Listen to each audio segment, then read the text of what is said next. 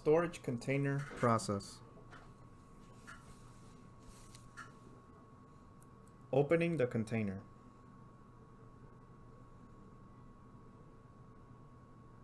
To open the container door, start by removing any locks installed. Turn the padlock hasp counterclockwise on both handles. Start with the swing door on the right. Lift both handles and turn them out. Once the top and bottom keepers separate, the swing door can be pulled out to open. If there's wind, it is a good idea to put a heavy item in front of the open door to prevent it from swinging. The door on the right must be opened first because it overlaps the door on the left.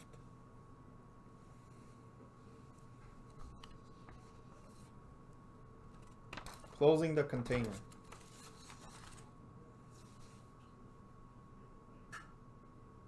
To close the container door, start by removing items that may be in front of the door to keep it from swinging.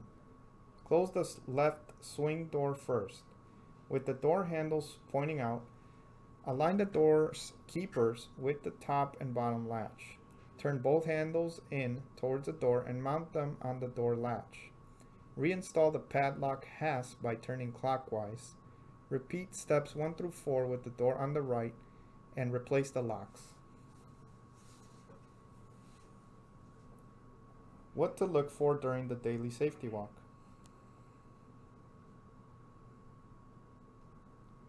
Storage containers should be inspected during the daily safety walk for interior damage.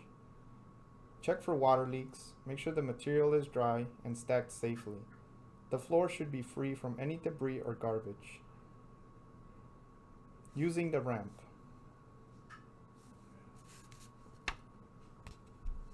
The ramps can be used to drive a forklift or pallet jack inside the container. The ramp is very heavy, and the ramp must be put at the cargo end of the container with both doors open. There is a chain and hook attached to the ramp on each side of it to secure it to the container floor and avoid the ramp from separating when in use. The containers are designed so that a forklift can drive in and out of it using a ramp. Do not try to go inside a container without a ramp designed for forklift use.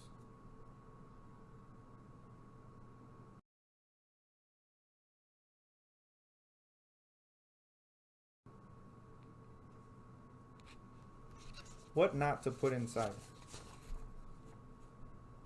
The containers are not climate controlled. Although all items inside are kept dry, they are still exposed to extreme heat or extreme cold. Therefore, do not store flammable items in the container. Do not store any chemicals in the container. Do not store any liquids inside the container. Do not store plastics as they may melt or warp in extreme heat. Only store items inside and not on top of the container. What should go inside? It is recommended that you only store in the container 1 or 2 of the same inventory items to avoid inventory control being difficult. You should only store items that you have in an overwhelming amount. Inventory location assigned. Containers should be assigned an RF location. Anything stored inside a container should be located to that location as a floating location.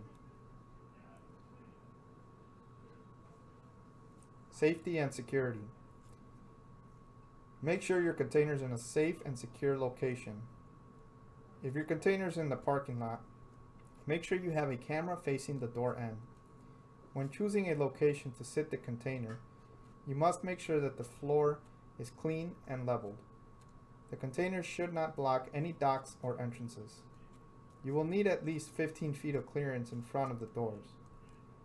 Side opening containers should only be open one side at a time to avoid any potential tilting.